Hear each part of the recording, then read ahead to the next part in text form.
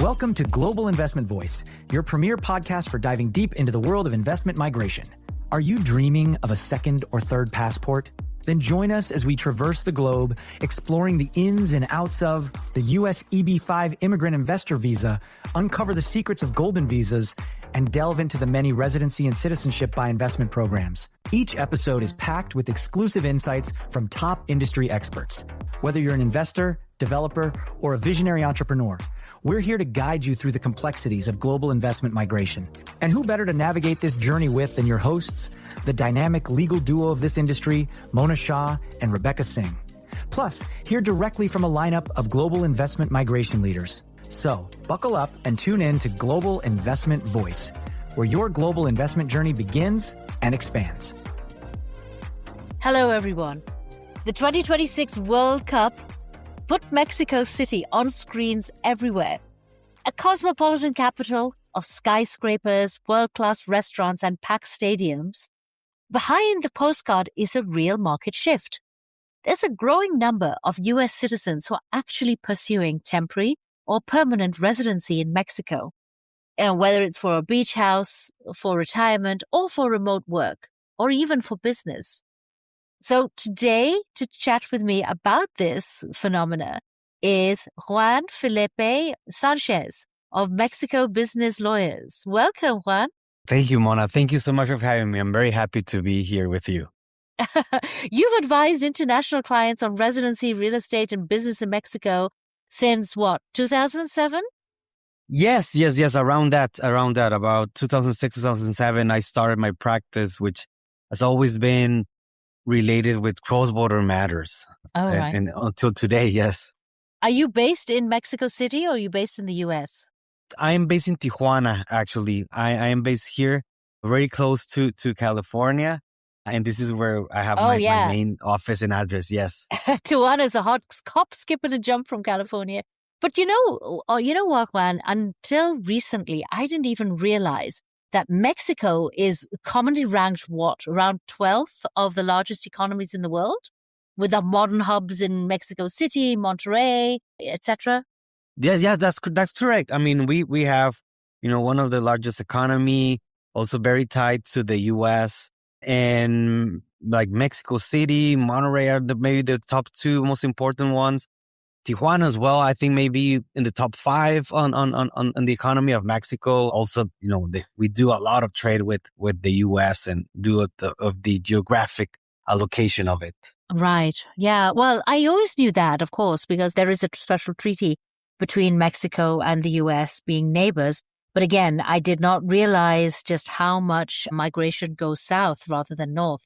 But here's my first question for you. And I'm sure this is really what our listeners really want to know. Why are people actually moving? I mean, you've been doing this since 2007 and you've seen your client base evolve. What is actually driving the move south right now? Is there a change? Is it since COVID? Have you seen any changes? Definitely. We've seen changes since COVID. I mean, Mexico is always going to be open and very friendly to U.S. citizens or maybe also from Canada. They want to move, either retire over here, or they want to have their beach house or their vacation home down in Mexico for other reasons. But since COVID and when we all started to realize that we could been working anywhere. I mean, if there's some work that you if you have your computer and an internet connection, you can be doing the same thing as anywhere in the world. So that increased a lot, the interest. Yeah. Yeah, you're right.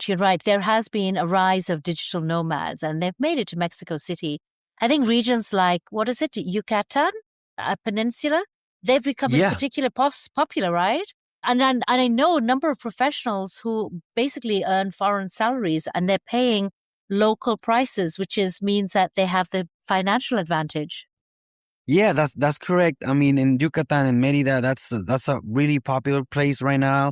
It's one of the safest places in Mexico, and it's attracting a lot of expats, a lot of people over there. I mean, the weather is always warm and nice over there.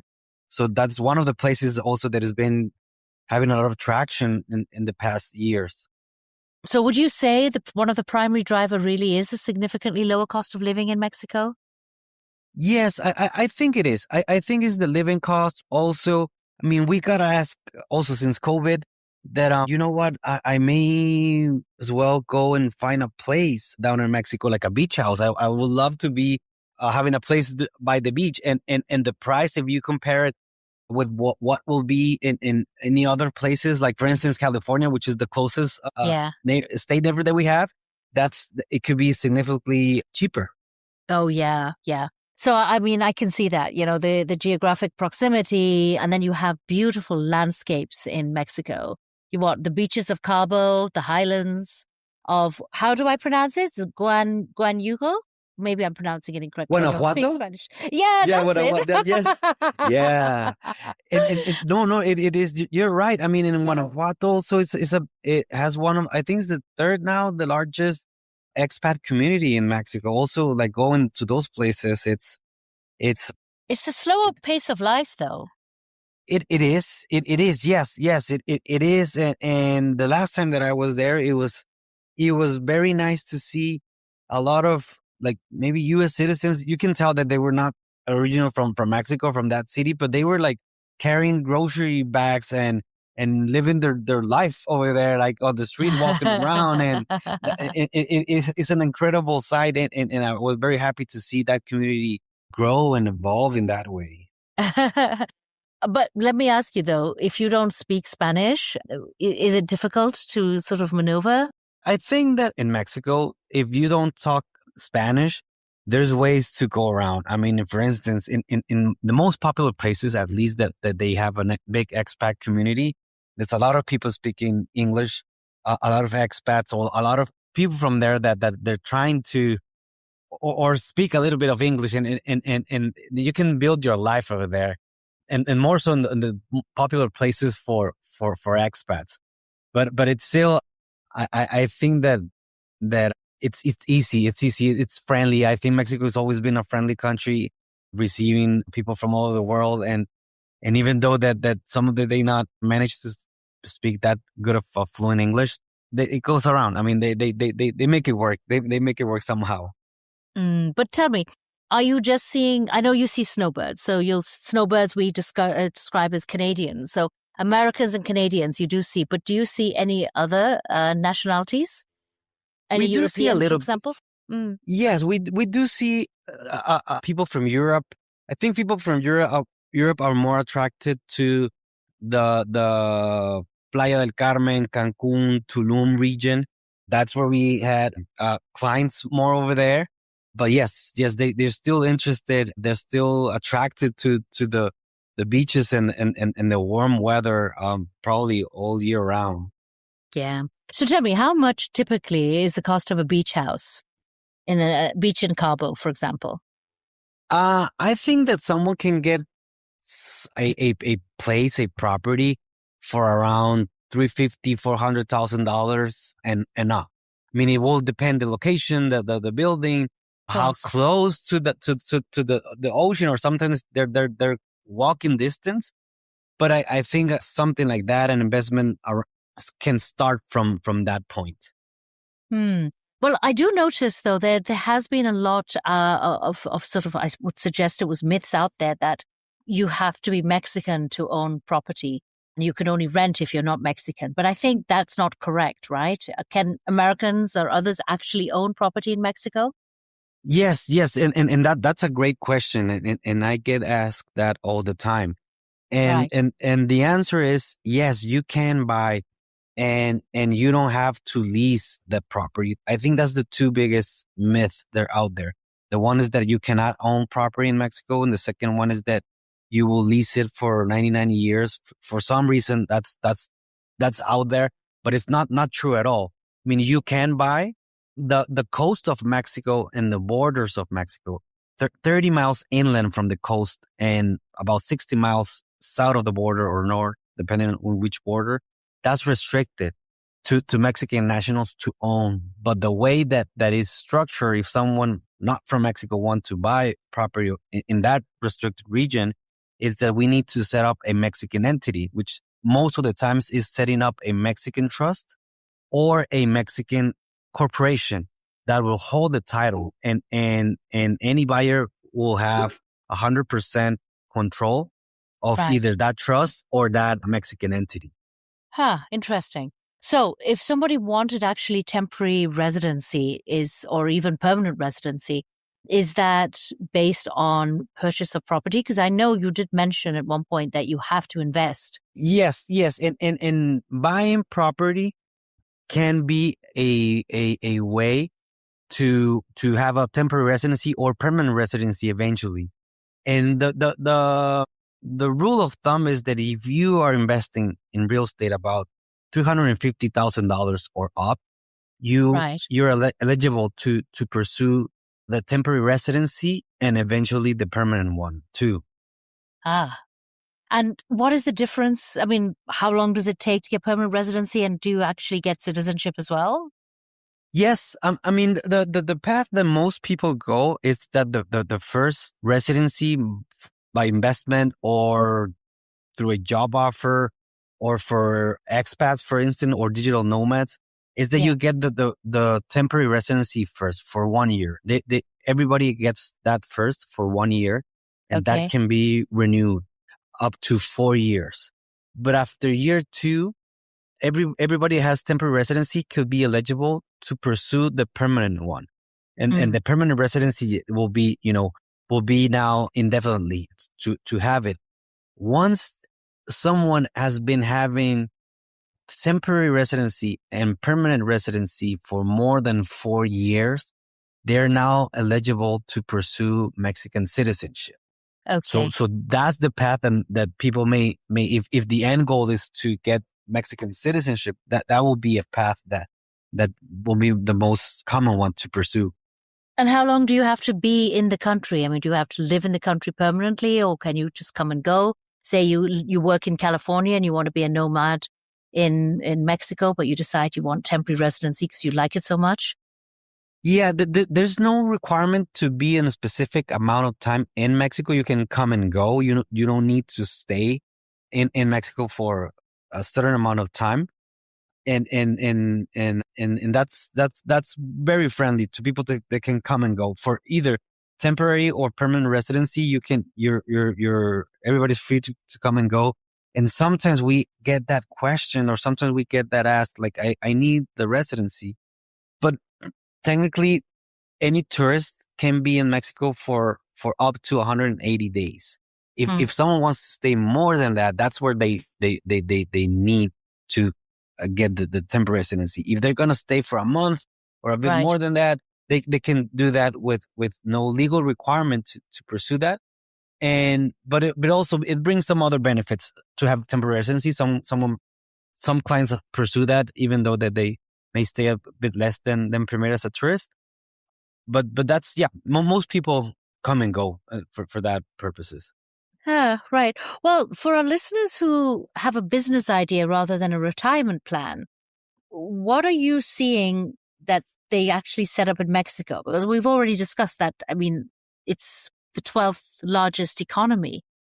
But how are you seeing people coming in now in 2026 and setting up a business, or perhaps expanding their business? Yes. And the two most common things that we deal right now, it's either they want to set up a real estate business, or they want to have a portfolio of real estate down here and rented it out. We have many families or private investors that they have their own portfolio of assets. But other than that, when someone wants to expand their business and to start operating in Mexico, or, selling their product, or maybe expanding through an acquisition process to buy a competitor and expanding that way into this region, that's the two most things that we've been seeing lately. That expansion or growth of their own business into the Mexican territory or Mexican market, that's really common for us to help them. And that's where we would try to make them feel at home and see us not just their attorney who's drafting their purchase agreement, for instance, but more so that the local ally that we put together the team that they need, the cross-border expertise that they need. And so the learning curve of doing business down here will be flat as much as possible. And we can get to the goal line also as efficiently as possible as well. Well, that's good to know. But of course, labor is much cheaper in Mexico. So anything with operations, do you see that like mini factories or any kind of operational business which is producing something, for example? Are they moving to Mexico more? Yeah. I mean, we have clients from IT companies, from travel agencies. We just had a meeting with manufacturers. With a manufacturer down in Monterey that they moved their whole operations down here. So it can be widely leveraged that cost of labor, and also having bilingual employees as well down in Mexico. Yeah. And train also.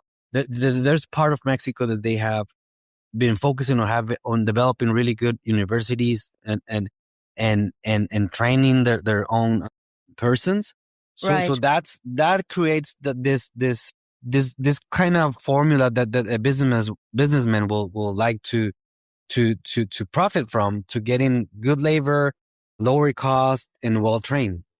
Hmm. Well, I mean, this all sounds wonderful. I really can't wait to go and visit some of the places that, we've been discussing. But we cannot do a podcast about moving to Mexico without addressing what I know many listeners are thinking. What about security and cartel-related violence? It's in the headlines constantly, Juan.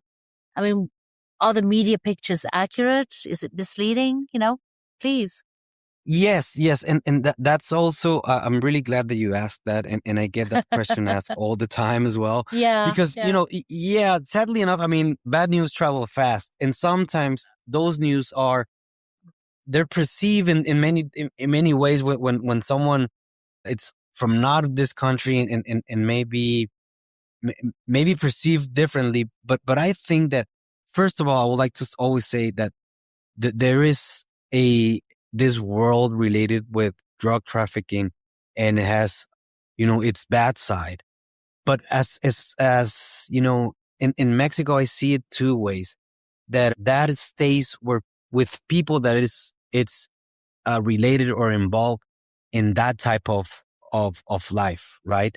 And with someone that it's not related, someone who's coming down to Mexico to do business or to vacation or to live part-time down here, they will be probably more than safe. I always tell them, I mean, like any other big city in any other country, there's places that you just don't go. And there are other places that if you stay there, you will be more than fine. You will be, you will be, safe as anywhere else. I've been living in Tijuana for the last 10 years. And I think maybe Tijuana has one of the worst reputations because of that reason. But that's a world that it's parallel and difficultly merged with normal life. I mean, for this 10 years that I've been living here, I never felt in any way in danger or nervous or anything like that. But I do not relate or be related in any way in that type of world that it does it's very dangerous. It's very real. It's very out there. But staying in a safe place and in the right places of town it's Mexico's a beautiful place to be. Oh yeah. What is it? They say they come for the cost of living, but they stay for the way of life. Yes. Yeah. And if you directly compare going to Mexico to, say, buying citizenship in the Caribbean, you can do a lot more in Mexico than you can in the Caribbean. There is just more to offer. Yeah, and we have a big country. I mean, we have a lot of coast, and it varies from the Baja coast where Cabo is, or Vallarta, and if we go south to or the other opposite in Cancun or Tulum is different. Or Oaxaca, we have plenty of clients right now that they want to move there. Everything has its uniqueness and things to offer. And as you mentioned, as well, like Guanajuato, San Miguel de Allende.